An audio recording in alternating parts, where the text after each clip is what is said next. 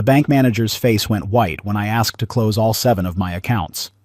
Behind her, my ex-wife Jessica stood frozen in the doorway of her corner office, watching through the glass as I signed the withdrawal forms.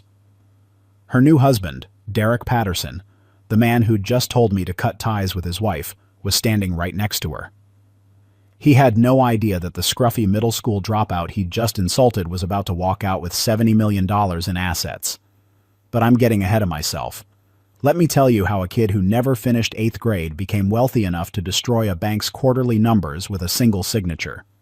My name is Tyler Morrison. I'm 41 years old, and I look exactly like what you'd expect from someone who dropped out of school at 13 to help his dying mother. Rough hands, weathered face, clothes from department store clearance racks. The kind of guy you'd walk past without a second glance. Which is exactly how I've always liked it. When you grow up poor in a place like Harrisville, Kentucky, you learn early that showing off gets you robbed, and keeping your head down keeps you alive. I married Jessica Hartwell when we were both 19. She was beautiful, ambitious, working her way through community college while I was hauling construction materials for $12 an hour. We lived in a trailer park on the edge of town, eating ramen 4 nights a week and dreaming about someday having enough money to buy a real house. Jessica wanted to work in banking, had this whole plan mapped out.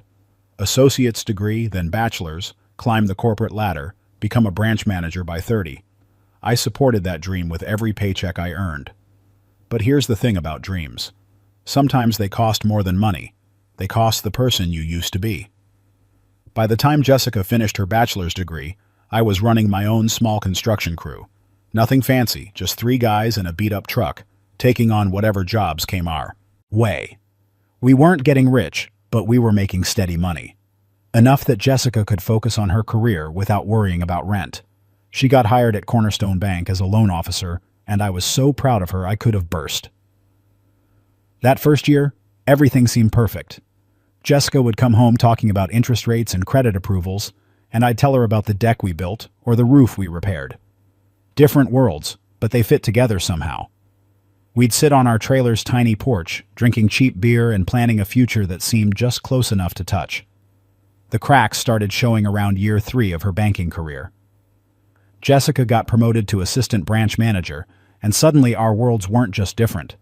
They were incompatible. She started coming home later, attending networking events, joining professional organizations, and I started noticing the way she'd flinch when I'd show up at bank functions with dirt under my fingernails and calluses on my palms. The divorce came when I was 26. Quick, clean, no drama. Jessica said we'd grown apart, wanted different things, needed to find ourselves. All the phrases people use when they mean I've outgrown you but don't want to sound cruel. I signed the papers without fighting because what was I going to do? Force someone to stay married to me when they clearly wanted out? We didn't have kids, didn't have much property. She kept the car, I kept the truck and my tools. Fair enough. What Jessica didn't know, what nobody knew, was what happened 6 months after our divorce. My crew had been hired to demolish an old warehouse on the edge of town. Standard job, nothing special. But while we were clearing out the basement, I found something that would change my entire life. 73 contractor bags stuffed with cash, hidden behind a false wall.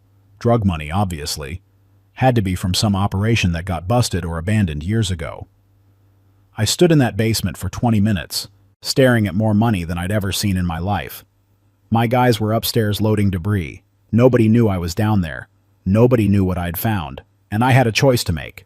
Turn it into the police and get nothing, or take it and change everything. I took it. Let me be clear. I'm not proud of keeping that money. It was wrong, and I knew it even as I was loading those bags into my truck under cover of darkness. But I also knew that opportunities like this don't come twice.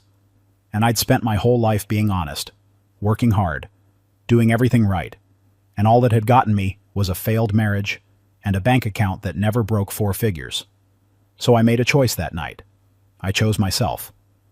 Over the next 15 years, I turned that found money into a legitimate fortune. I started by investing in real estate, buying distressed properties, fixing them up, and flipping them. Nothing flashy, nothing that would draw attention. Small houses in working-class neighborhoods. The kind of investments that made steady returns without raising eyebrows. I paid taxes on every penny I made from those flips, making the money clean through legitimate business transactions. Then I expanded into commercial properties, small apartment buildings, retail spaces, a few office complexes. I hired property managers to handle the day-to-day operations while I stayed in the background. To anyone who bothered to look, I was just another small-time contractor who'd gotten lucky with a few investments. Nobody knew the full scope of what I'd built. By the time I was 35, my net worth had grown to just over $40 million. By 38, it was $60 million. And by this morning, when I walked into Cornerstone Bank to make a routine deposit, my various accounts held just over $70 million in liquid assets. Not counting the properties, not counting the business holdings, just pure cash sitting in 7 different accounts at the bank where my ex-wife had just been promoted to CEO. I hadn't seen Jessica in probably 10 years. We'd both moved on, lived our separate lives in the same small town, somehow never crossing paths. I knew she'd remarried some hotshot banker from Louisville named Derek Patterson. Knew she'd climbed her way up through Cornerstone's ranks just like she'd always planned. Good for her. I had no hard feelings about the divorce. We were different people heading in different directions. That's life. But this morning, walking into that bank in my work clothes, steel-toed boots leaving dirt tracks on their polished marble floor, I wasn't expecting what happened next. If you're finding value in this story, if it's making you think about assumptions we make about people based on appearance or education, please take a moment to subscribe to the channel. Hit that like button and leave a comment below about a time when someone underestimated you. Your engagement helps me bring you more stories about ordinary people discovering extraordinary truths. Now, let's get back to what happened when I walked into that bank. The lobby was busy with the usual morning crowd. People making deposits, talking to loan officers, standing in line for the tellers. I headed straight to my usual teller, a nice woman named Patricia who'd been handling my accounts for 3 years. She knew me as Tyler Morrison, small-time contractor who made regular deposits and never caused problems. "Morning, Mr. Morrison," Patricia said with her usual smile. "Business deposit today?" "Yeah, and I need to transfer some funds between accounts," I said, sliding the deposit slip across the counter. "Moving money around for a new project." We were halfway through the transaction when I heard a voice behind me that made my spine stiffen. "Patricia, I need you to pull the quarterly reports for review after lunch." I turned around and there was Jessica, 15 years older than when I'd last seen her, but still beautiful. Expensive suit, perfectly styled hair, the kind of polished appearance that screamed success. She was walking across the lobby with a tall man in an even more expensive suit, both of them deep in conversation about something involving commercial loan portfolios. Our eyes met for just a second. I saw recognition flash across her face, then something else. Discomfort, maybe. Or embarrassment. She quickly looked away and continued walking toward the executive offices, her heels clicking against the marble with authority. The man she was with, Derek Patterson I assumed, stopped mid-stride when he noticed where Jessica was looking. He followed her gaze to me, standing there in my dirty work clothes with my scarred hands resting on the counter. I saw his lip curl slightly in disgust. "Friend of yours?" he asked Jessica, loud enough for me to hear. "Ex-husband," Jessica said quietly, trying to move him along. "From a long time ago." Derek's eyebrows shot up. "That's the contractor you told me about? The one who dropped out of school?" I felt my face flush hot, not with shame but with anger. The way he said it, like I was some curiosity or cautionary tale Jessica had shared over dinner parties. Patricia finished processing my transaction, sliding the receipt across the counter with an apologetic look. She'd heard everything too. "Have a good day, Mr. Morrison," she said softly. I nodded at her and started to leave, planning to ignore Derek's comment and get back to work. But Derek wasn't done. He stepped directly into my path, blocking my way to the door. "Listen," Derek said, his voice dripping with the kind of condescension rich people perfect over years of looking down on everyone else. "I don't know what kind of relationship you think you have with my wife, but it needs to end. She's moved on, built a real life. The last thing she needs is some reminder of her poor decision-making walking through her bank." I stared at him, genuinely stunned. Jessica had gone pale, pulling at Derek's sleeve. "Derek, stop. This isn't necessary." But Derek shook her off. "I'm serious. Why don't you do everyone a favor and cut ties with my wife? Find another bank. Hell, find another town. Nobody here needs to see proof of what happens when you quit school and waste your potential." The entire lobby had gone silent. Everyone was watching this well-dressed executive tear into a working-class contractor about his life choices. I could see pity in some faces, amusement in others. Patricia looked horrified. I could have told him right then. Could have mentioned the $70 million sitting in accounts just upstairs in his wife's bank. Could have explained exactly what I'd built from nothing while he was probably coasting on his daddy's connections and a business degree from some private college. But I didn't, because I learned a long time ago that the best revenge isn't making a scene. It's making a move. "You're right," I said calmly, looking Derek straight in the eye. "I should. Probably cut ties. Thanks for the advice." I walked out of that bank with my head high and my mind made up. Derek Patterson wanted me gone? Fine. I'd be gone. And I'd take every penny of my money with me. The first call I made was to my financial advisor, a sharp woman named Monica Chen, who managed my investment portfolio. I'd met her 5 years ago when I started diversifying beyond real estate, and she'd helped me build a sophisticated network of holdings that would make most financial planners weep with joy. "Monica, I need to liquidate everything at Cornerstone Bank," I said as soon as she answered. "Every account, every CD, every money market fund, all of it." There was a pause. "Tyler, that's over $70 million. Are you sure? The penalties alone for early withdrawal on some of those CDs will cost you nearly $500,000. "I'm sure. Get started on the paperwork today. I want it done by Friday." "Can I ask why the sudden change?" I thought about Derek's sneer, about Jessica's embarrassed face, about 15 years of keeping my head down while people assumed I was just some poor dropout who got lucky. Let's just say I'm tired of doing business with people who don't value my patronage. Monica was smart enough not to push. "I'll have the documents ready for your signature by tomorrow morning. You'll need to appear in person to close accounts of this size." "That's fine. Set up the appointment for Thursday afternoon. Make sure it's with the CEO directly. These account closures require executive approval, right?" "For amounts this large, absolutely. Jessica Hartwell will have to sign off personally." "Perfect." I spent the next 2 days making arrangements, called my business attorney to review the withdrawal paperwork, contacted 3 other banks about opening new accounts and transferring the funds, made sure everything was legal, documented, and absolutely ironclad. By Thursday morning, I was ready. The appointment was set for 2 p.m. I showed up 15 minutes early, wearing the same work clothes I'd worn on Monday. The same boots, the same jeans with paint stains, the same flannel shirt I'd been wearing when Derek told me to cut ties with his wife.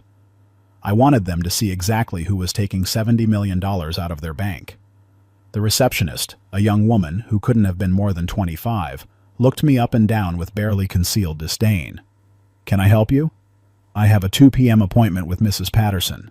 Account closure." She checked her computer and I saw confusion flicker across her face. "Mr. Morrison?" "That's me. I'll let Mrs. Patterson know you're here." She picked up the phone and I heard her say in a low voice, "The account closure appointment is here." "Yes, it's actually him. I don't know. Maybe it's a mistake?" I smiled to myself and took a seat in the waiting area. Around me, bank employees moved through their routines, probably wondering what a contractor was doing in the executive waiting area. None of them had any idea what was about to happen. 10 minutes later, Jessica emerged from her office. She was alone, thank God.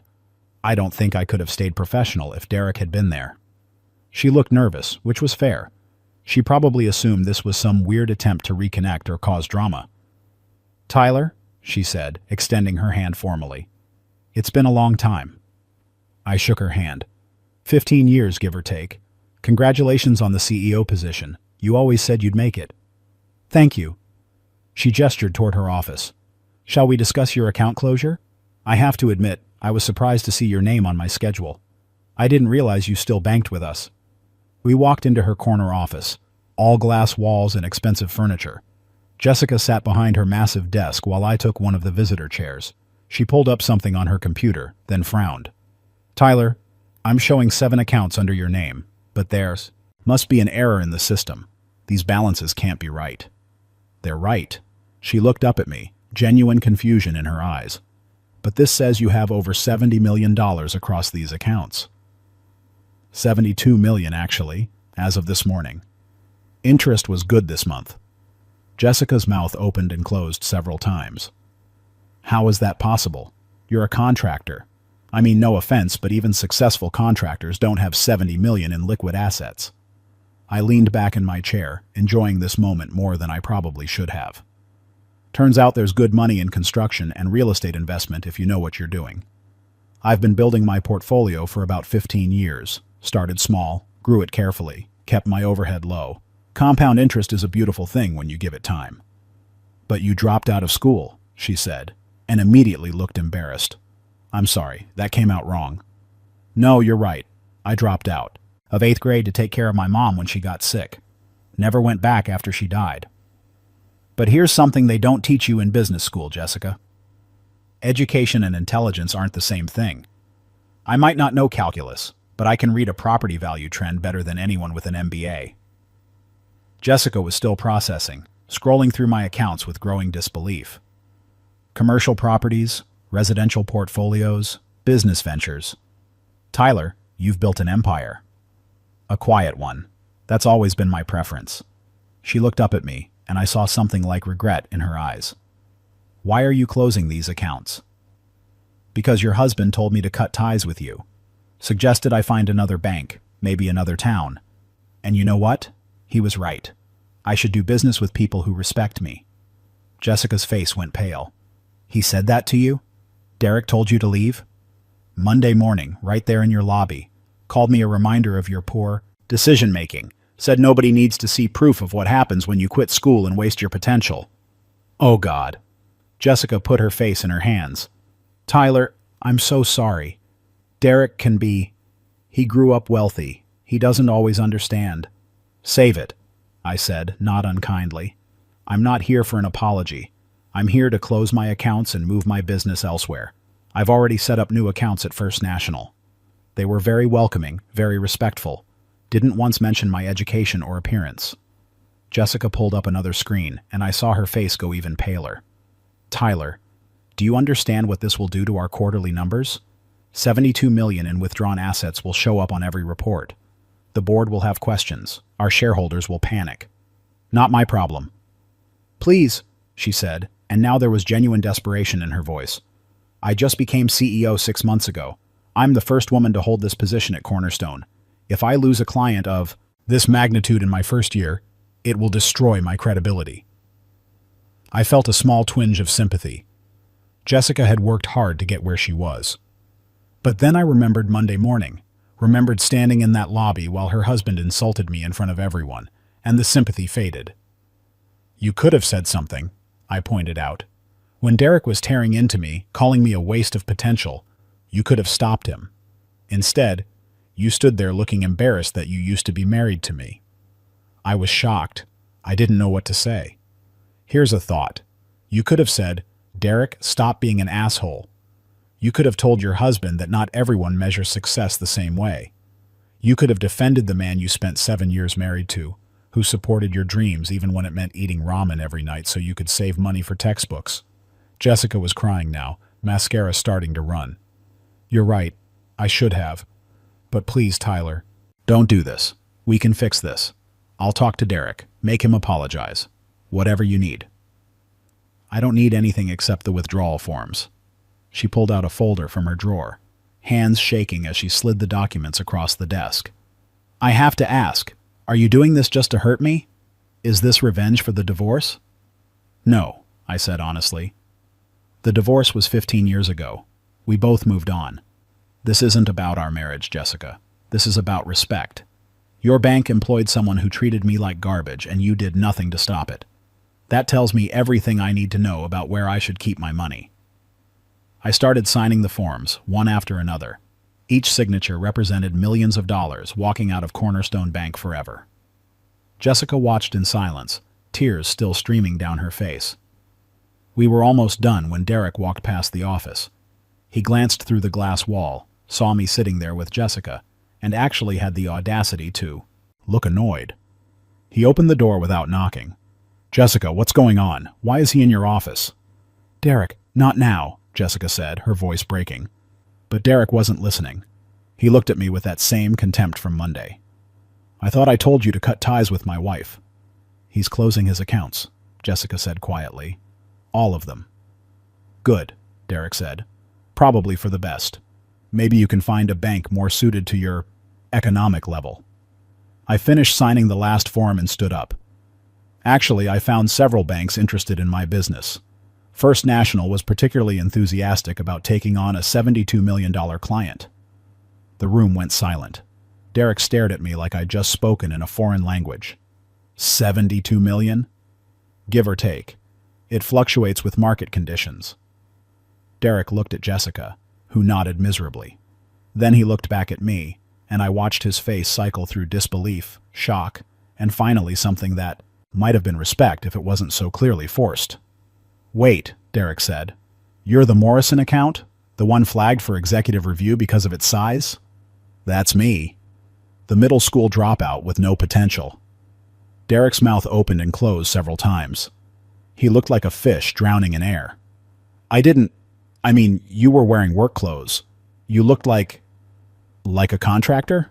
I finished for him. That's because I am a contractor. I just happen to also be a very successful real estate investor who understands that appearances don't define worth, unlike some people. I picked up the completed withdrawal forms and handed them to Jessica. These need your signature as CEO. I'd like the transfers initiated by tomorrow morning. Jessica signed with trembling hands, not looking at her husband. It'll be done by noon tomorrow. Appreciate it. I turned to leave, then paused at the door. Derek, you were right about one thing. I should cut ties with your wife. And with your bank. So, thanks for the push. Sometimes we need people like you to remind us what we're worth. I walked out of that office with my head high and my conscience clear. Behind me, I could hear Derek starting to argue with Jessica, his voice rising with each word. But it wasn't my problem anymore. Patricia was at her station when I passed through the lobby. She smiled at me, a real smile this time. Have a good day, Mr. Morrison. You too, Patricia. And hey, if you ever want to work for someone who appreciates good employees, First National is hiring. 3 months later, the fallout from my account closure was still making waves. I heard through the grapevine that Cornerstone's quarterly report had been a disaster. The board had demanded answers about how they'd lost their largest individual client. Jessica was on thin ice, her CEO position in jeopardy. Derek had apparently been given a stern talking to about client relations and was now teaching sensitivity training to junior employees. The irony was delicious, but the best part wasn't the revenge or the schadenfreude. The best part was what happened after. First National Bank didn't just welcome my business, they celebrated it. The branch manager personally handled my accounts, making sure I had everything I needed. They offered me better rates, better terms, better service than Cornerstone ever had. And when I mentioned I was thinking about funding a community education program for kids who'd dropped out of school, they immediately offered to match my donation. I started the Morrison Foundation with $20 million. The mission was simple: provide educational opportunities, job training, and mentorship for people who'd fallen through the cracks of traditional schooling. GED programs, trade school scholarships, business incubators for entrepreneurs without formal education. All the things I'd wished existed when I was a kid trying to figure out life without a diploma. The foundations. First graduate was a 17-year-old girl named Emma who dropped out to help her sick father. We got her into a medical assistant program, paid for her certification, and helped her land a job at the hospital where her father was being treated. She sent me a card that said, "You saw potential where everyone else saw a dropout. Thank you for believing in people like us." That card sits on my desk in my home office, right next to the first check I ever made to the foundation. It reminds me why none of this matters if you don't use it to help others climb up behind you. I never heard directly from Jessica again, though I did receive a formal letter from Cornerstone Bank's new CEO about 6 months after the account closure. Jessica had been let go, the letter explained, and they wanted to apologize for the treatment I'd received. They hoped I'd consider bringing my business back. I wrote a polite response declining and suggesting they focus less on appearance and more on character when evaluating both clients and employees. Derek, I heard, took a position at a bank in another state.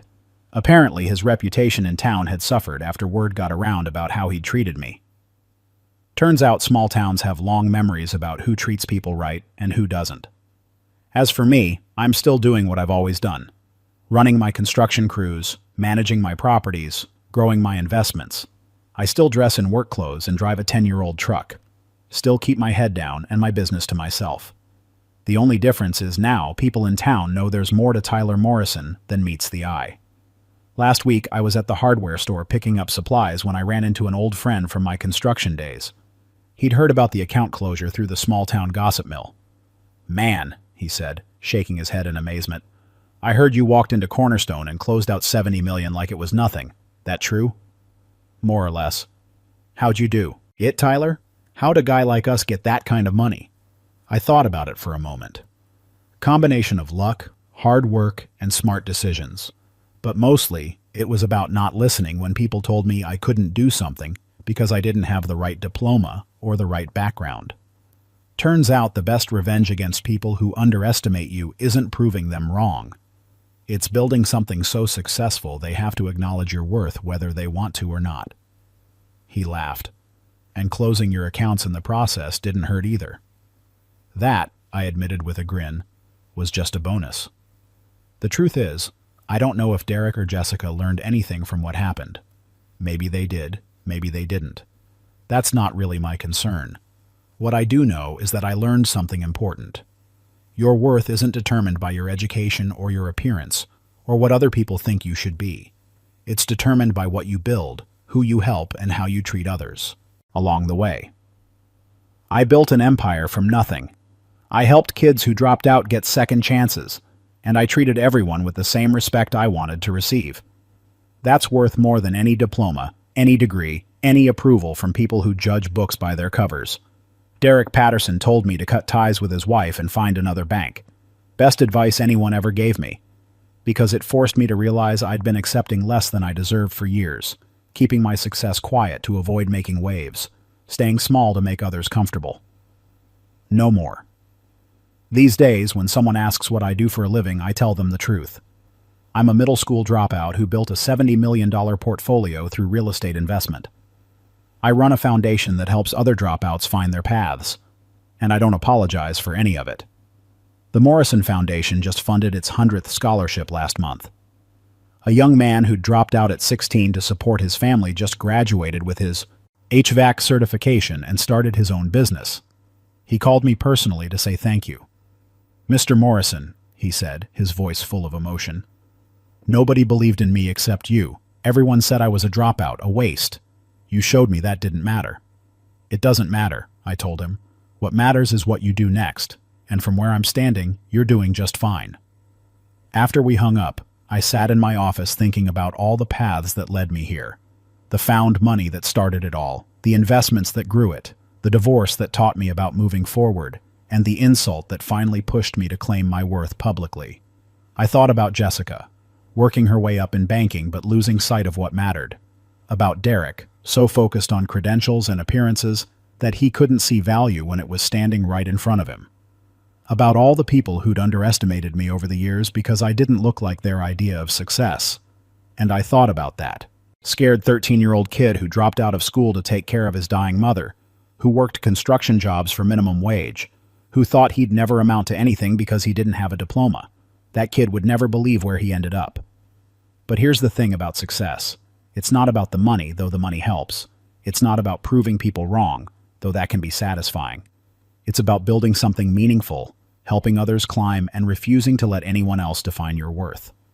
Derek Patterson wanted me gone, wanted me to disappear, to stop being a reminder of his wife's past.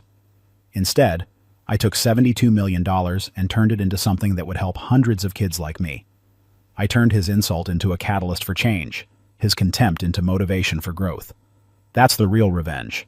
Not destroying someone who wronged you, but using their negativity as fuel to build something beautiful. The next time someone tells you that you can't do something because you don't have the right background or education, remember this story. Remember that a middle school dropout from Kentucky became wealthy enough to tank a bank's quarterly numbers with a single signature. Remember that appearances don't define worth, credentials don't guarantee success, and the people who underestimate you are just showing you who not to do business with.